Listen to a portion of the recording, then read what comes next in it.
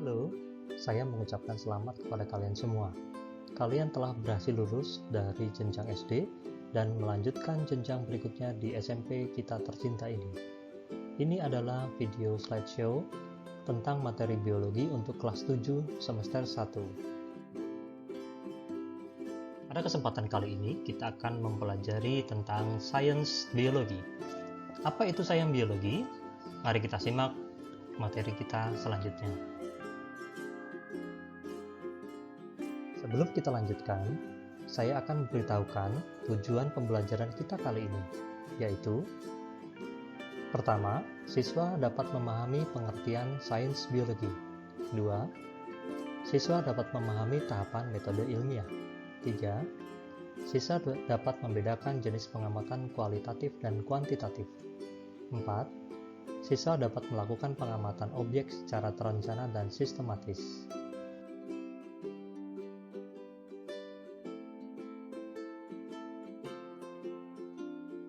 Apa itu sains?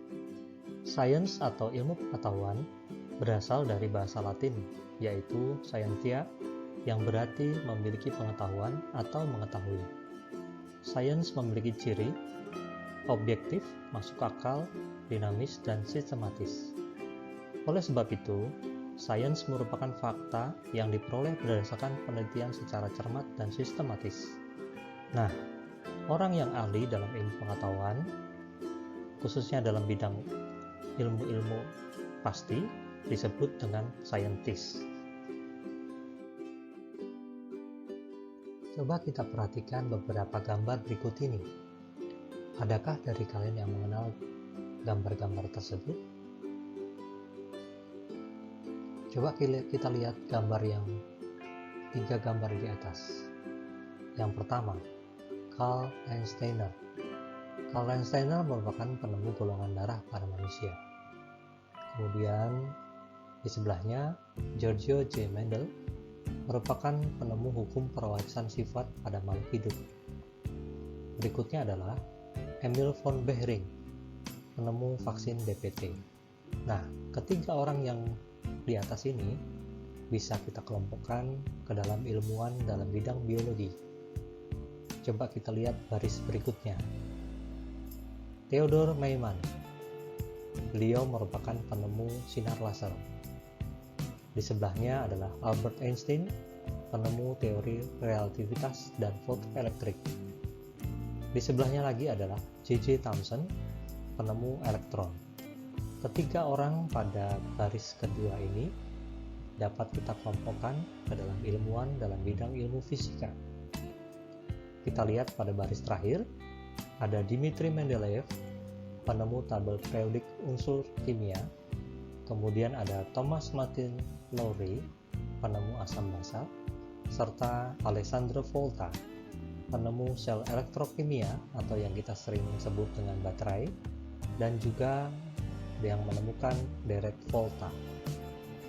3 orang yang berada pada baris paling bawah dapat kita kelompokkan menjadi ilmuwan yang berkecimpung dalam bidang kimia.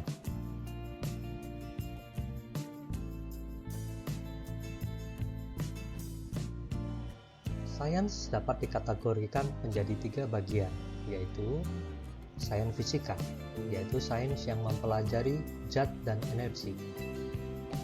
Sains biologi, yaitu sains yang mempelajari makhluk hidup. Sains kimia, yaitu sains yang mempelajari susunan, sifat, reaksi suatu unsur atau zat. Di dalam biologi, terdapat beberapa cabang ilmu.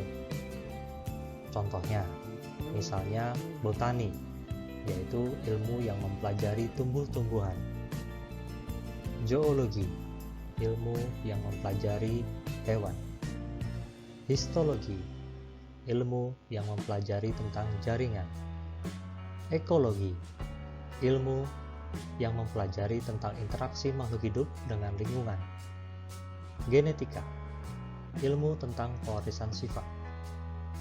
Ada lagi seperti biologi molekuler dan masih banyak cabang ilmu biologi yang lain. Nah, Bisakah kalian menyebutkan cabang ilmu biologi yang lain?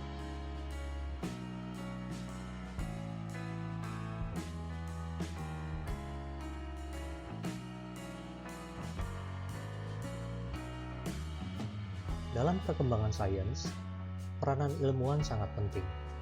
Ilmuwan atau saintis haruslah memiliki sikap atau karakter ilmiah. Sikap ilmiah adalah sikap untuk bertindak sesuai dengan sifat ilmu pengetahuan. Karakter atau sikap ilmiah itu berkaitan dengan yang pertama, ingin tahu. Jujur, tekun, teliti, terbuka, berani, menerima pendapat orang lain dan tidak memaksakan kehendak. Dapat membedakan mana yang fakta dan mana yang opini. Nah, kalian tadi setelah melihat pembelajaran sebelumnya. Nah, sekarang coba kita koreksi diri kita. Sikap ilmiah apa saja yang sudah kita miliki